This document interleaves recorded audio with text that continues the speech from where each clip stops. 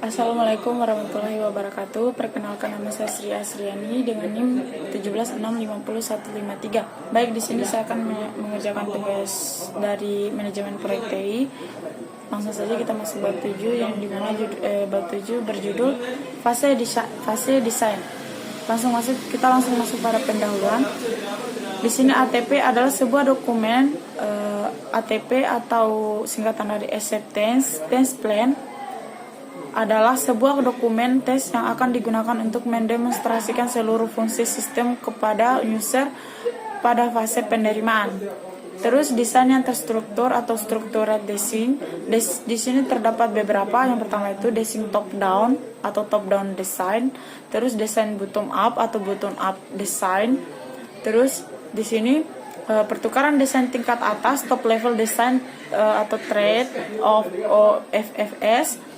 Contohnya dia di sini desain tingkat atas top level pada gambar 7.1 hanya pada gambar biasanya kan hanya salah satu cara untuk memecahkan sistem ADC ke dalam komponen-komponen utama. Terus prioritas desain prioritas atau yang pertama biaya sistem cost, waktu yang diperlukan untuk membangun sistem, sifat mudah dipakai, kinerja, ukuran sistem, kehandalan, kemampuan modifikasi. Terus desain tingkat menengah, dia subfungsi utama komponen menu adalah memulai sistem dan menampilkan main menu atau menangani perpindahan mouse, menangani tombol pada mouse, pindah ke menu inquiry atau update. Terus dia masuk di menangani kesalahan-kesalahan, terus mematikan sistem jika quit dipilih. Lanjut, level terendah dari suatu sistem, dari suatu menu menggambarkan modul. Yang pertama aturan penamaan, yang kedua aturan penomoran. Terus langsung kita masuk kamus desain atau desain Dictionaries. Di sini kita langsung masuk modul terstruktur atau sejauh mana Anda dapat merinci. Yang pertama berfungsi sepenuhnya sebagai fungsi tunggal, ukurannya kecil. 3 dapat diprediksi. Yang keempat tidak tergantung, dan yang kelima meskipun hal ini tidak didefinisikan secara jelas dalam modul terstruktur adalah keunggulannya. Terus kita masuk pada desain file design, dapat kinerja yang sesungguhnya getting atau real performance. Terus langsung kita masuk di mengoptimalkan file, atau di sini langkah selanjutnya mengoptimalkan file. Penyimpanan disk dapat atau dengan mengurangi kerangkapan file.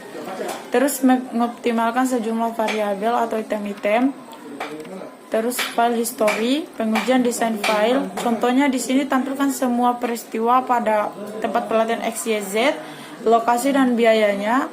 Terus sistem manajemen data, bahasa relasional. Terus di sini keuntungan dari analisis desain yang terstruktur, mengurangi jumlah kesalahan, proses desain, the design process, pertemuan desain, the design meeting. Terus standar ketentuan pada waktu desain standar, design set. Terus standar pemrograman, programmer memulai dengan template ini dan mengisikan kode proses. Terus menguji desain, merubah permintaan sesuai dengan desain, perencanaan penerimaan. Terus desain siap pakai, desain walkthrough. Terus di sini langsung kita masuk pada penjelasan yang terakhir tentang desain tadi. Di sini kita langsung masuk kisah tentang desain yang dimana contoh kecilnya dia langsung kita masuk di desain siap pakai, desain walkthrough. Ketika hendak mengambil keputusan di antara beberapa pendekatan teknis terhadap suatu masalah, lebih mudah mengambil keputusan dengan meminta pendapat orang lain. Dan kalaupun lebih dari itu bisa dijelaskan di proses desainnya. Di situ sudah tertera tim desain dan di situ sudah dijelaskan semua. Baik, itu saja yang dapat saya jelaskan dari penjelasan bab 7 tadi. Jika lebih dan kurangnya mohon dimaafkan. Saya akhiri dengan ucapan wabillahi taufiq wal hidayah. Assalamualaikum warahmatullahi wabarakatuh.